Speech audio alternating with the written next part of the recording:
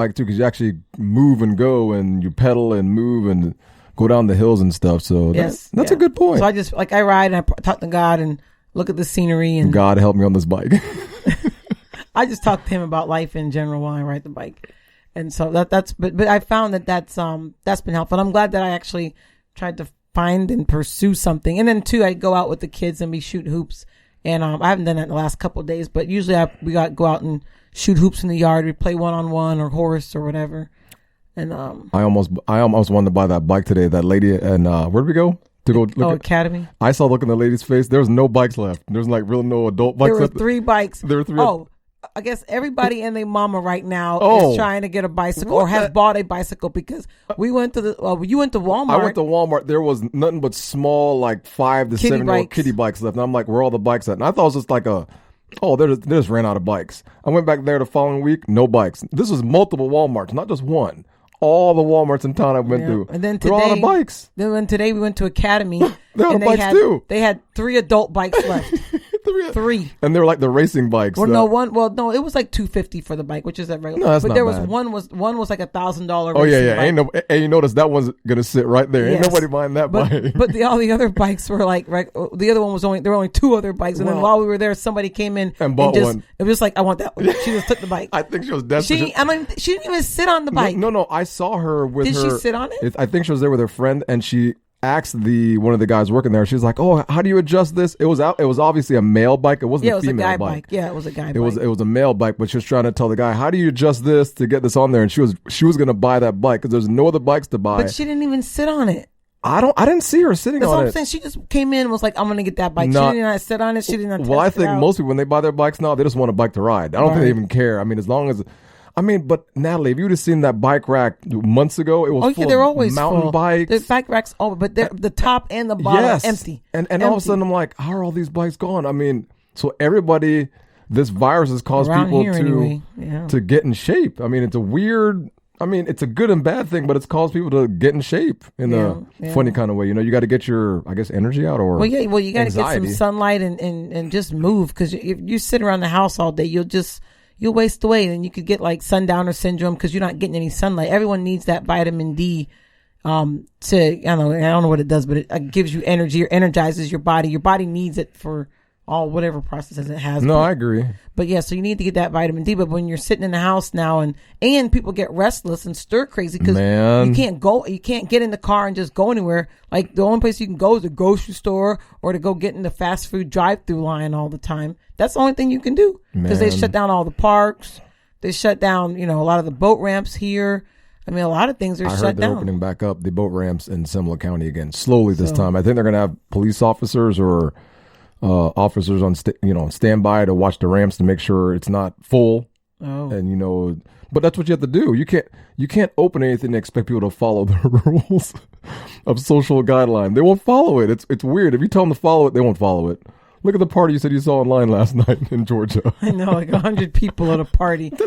Standing room only. All the bedrooms were packed. The living room was packed. My God. The whole house. It was a bunch of young people, though. They look like 20-somethings. And the thing is, that's what's going to happen once they open up the places in Florida. If you open up anywhere in here, that's the exact same thing that's going to happen. People have been in the houses, weeks now? Well, the one thing I say watch out for, which is kind of off topic, but watch out, my niece she lives in Georgia, and they opened up Georgia. She said all the popos were giving out tickets like crazy, left and right. Now, this is the messed up part, though. People ain't got jobs. People, they know how bad things are for people, but yet they're giving out tickets. Hell yeah. Left and right. But I think it was trying to keep order so people don't go crazy as soon as they're like, freedom. And they go crazy. Well, yeah, because of course that's what you do. If you haven't been on the highway in weeks and all of a sudden the highway is open, you're going to be hauling ass to try to get where you got to get. The police will kind of slow things down a little bit, but the police even know you can't control everybody, so they're going to do what they can. I guess. I almost feel bad a little bit for them and all this because they have to purposely try not to give people tickets during this whole pandemic situation. It must be hard. I think they've been told not to really. I don't think they've been told. Why would there be so many police out there? Well, no. I think they've been told to give the public a little bit of leeway as this crisis So why are they pulling continues. people over then? I haven't seen many people being pulled over. Not here. I'm talking about in Georgia. As soon as they opened up the well, yeah, because it's open now. It's open now. It's not like here where we're still under quarantine, but in Georgia they're opened up. So hey, if you speed, you're going to get a ticket. Don't be stupid. You know, use your brain. That's why I keep riding my bike. I can't get no ticket. Well, actually, you can't get a ticket on a bike because they can pull you over for a DUI, man. They various things on a bicycle. Oh yeah. But that's why I try to, I'm gonna keep riding my bike and try to stay in shape and exercise. Oh, I have to thank Lindsay also for I can call her on the podcast, by the way, but thank her for getting me on that exercise program. Remember? Oh yeah, you were doing that. The push-up challenge. I lasted like 3 days. I think I did 3 times. Oh, you did? Yeah, it was a 30-day push-up challenge, and I did 3 days. I did 3 different. This days. is Natalie's problem. This is all it is her personal problem. It's not anybody else's problem. So we met this girl from high school, and she's like, "Hey, me and my husband, you guys went to do a push-up challenge with us." I'm like, "Oh, well, what is it?" She goes, "Well, you have to do so many push-ups a day for 30 days. You have to add 1 push-up a day for 30 days. So if you start at 20, the next day is 21 all the way till you get to the end of 30 days. So I'm like, you know what? I need to kind of get myself back in the groove of things. So I said, I'm going to do it. And the first couple of days I did, it was hard, but I just kept doing it every single night. And Natalie can vouch for me. I'd be doing push-ups on the bedroom floor at 12:30 midnight, but I'd still do them, right? Yes. And I did all 30 days. At the end of 30 days, I think I was up to 60, something like that, 60 push-ups, but I did them. And I think from that, I've been doing them every night. I try to stay with around the 50, 60 number every night. But I think that's what kind of spurred me into doing it. Natalie, why'd you stop? Because I'm not consistent with anything. But the one good thing that you did with that is I like how she had like a little Facebook group and everybody would check in every day about how many they've done. Like as each day goes along, everybody would check in.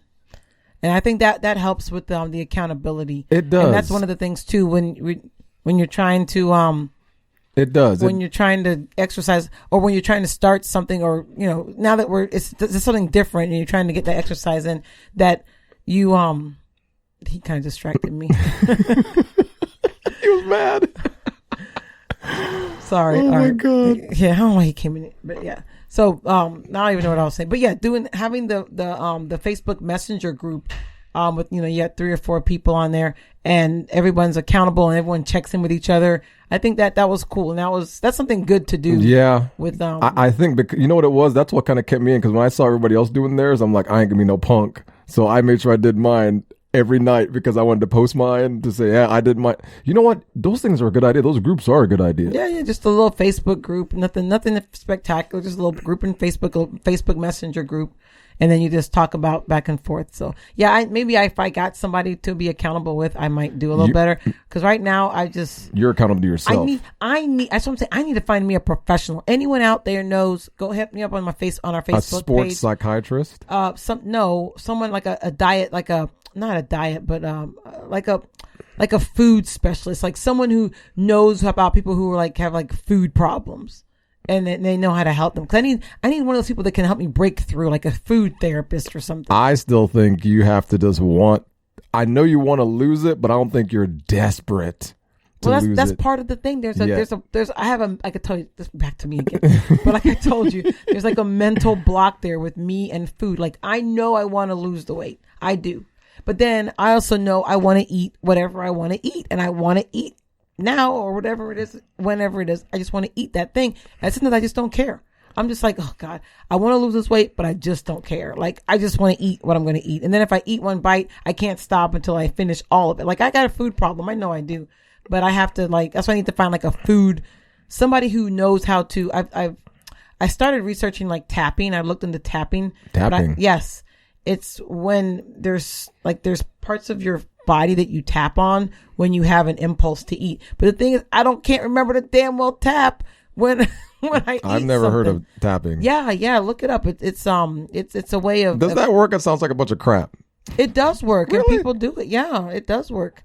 It helps you to. I've been working out for years. I'm not saying this doesn't work, but this is the first time I've ever heard of tapping. Yeah, I just haven't. I got a little class online and I did the first one, so I learned all the tapping points, but then I haven't followed through because I've been so busy with everything else. But me and this weight thing needs to.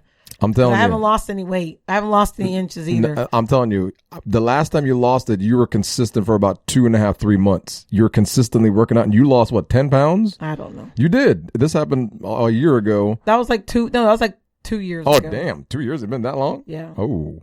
Yeah, it was when we were in the apartment. I lost a bunch of weight. Yeah, but the thing is, I remember you were exercising every day or 3 or 4 times a week consistently for 2 months, and you lost the weight pretty quickly. You just kept losing it. It doesn't work like that anymore. I'm over 40 now. Stop saying over 40. Stop saying that. It's the facts. It's over not 40. The facts. No. And the weight. No, it's women are different than, I don't know what it is, but women, we just put the weight on. But you're using the number 40 as a number. It's not true. It has not even been proven scientifically true. It's not 40, but as you age, your metabolism slows and you put on weight. But the reason your metabolism slows down is because you slow down, not because your metabolism wants to slow down. Yes, it's going to slow down naturally, but if you keep staying active and moving and exercising, your metabolism is going to stay moving. No, that's what people use as an excuse. Oh, I'm 40. I'm going to get out of shape. Hell no, dude. It's not that you want to be out of shape, but you just notice you go to bed and you wake up and the scale's gone like 2 pounds. No, dude, and then you go to bed again and you wake up with another 2 pounds. Yeah, but the scale doesn't make you add pounds by itself. You eat. Yeah, but you feel.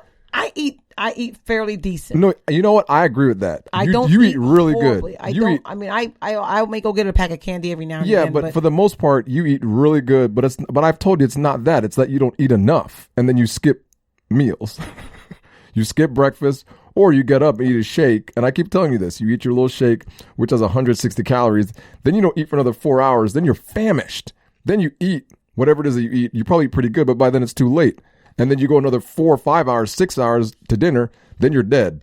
I feel bad. I'm horrible. That's the problem. I'm a busy person. No, I'm not. And that's where I have to figure out. And a lot of people have these issues where you have to try to figure out what works for you within your schedule. I agree. I haven't figured that out yet. It's gonna be hard. Sometimes I'm hungry and I want food, but if I don't cook, we don't eat. There's no food here. If I don't cook food, that's gonna be on a T-shirt, by the way. If I don't cook, we don't eat. Because it's true. I'm cooking now. Even though I started doing it a little bit too late, but I mean, I cook. What do I cook now? You just started learning how to make hamburgers. I just started learning how to make I know how to make hamburgers, but I just started to cook more during the week to give her a break. But I mean, I think if you just exercise in the morning on the bike or do your booty shaking class, I think this turned into Natalie. We're supposed to be talking. No. I'm saying it, but it's still about us. Exercise. We are talking about exercise. I'm just saying if you do it together, I think you'll see more consistent results. Just like I've lost almost 10 pounds. Oh God, you can't. We don't include you in anything with weight loss because if you cough, you lose weight. You sound like a damn hater. I am a hater because I struggle with food and weight, and you just. But you just. I'm like for real. Like if you just go a couple days and say, "Oh, I'm going to do this," all of a sudden you just lose weight. Yeah, but the reason I lose weight is because I've built up muscle over the years, and I have muscle mass on me. So muscle mass is the key to losing weight. It's not exercise, cardio. It's building muscle mass. So the more muscle mass you have, the easier it is to lose weight, and muscle mass burns fat. So that's why I always tell people that are trying to lose weight, don't do a ton of cardio, work out more in the gym, get a little stronger, and include a little bit of cardio in that. And, we went to the store today and there was no weights. Oh, no, damn. We went. Yeah. There were no hand weights in the store. We went to look for. We just happened to look over. There's not one hand weight. Dude, I didn't see any. It was empty. No, there was only 2 1-pound weights. So it's like if you didn't jump on the bandwagon early, you can't do no exercise, and there's no gym. I think all the gym rats came in and bought up all the weights. I think there was no weights. I think all the weights were gone at Walmart too. I don't think there's any weights there either. They're all gone.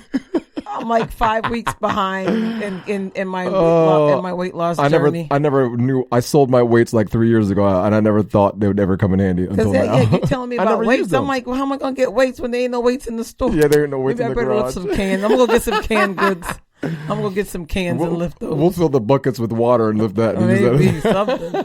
There ain't no weights in the store. Oh man, it's struggling. Oh my gosh. Yeah, well, but it is important though. At least while we're not sitting at home, because I'm not sitting. I'm very busy even though I'm at home. But while we all can't go out as much, to try to find ways to, incorporate exercise and fun in our day. So, it has helped with doing a little bit of walking. I try to walk the dog.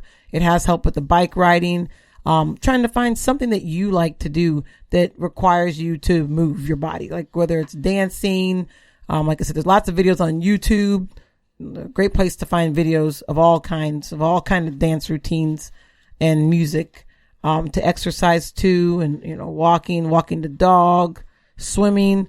Unfortunately, our pool is still too cold. I don't get that, but the pool is cold. It is still cold, and we're almost going into June. Yes, May pretty soon here. And so we can't swim yet. Hopefully, at some point we'll do swimming. Our next door neighbors have screens too, and they're swimming. What the hell?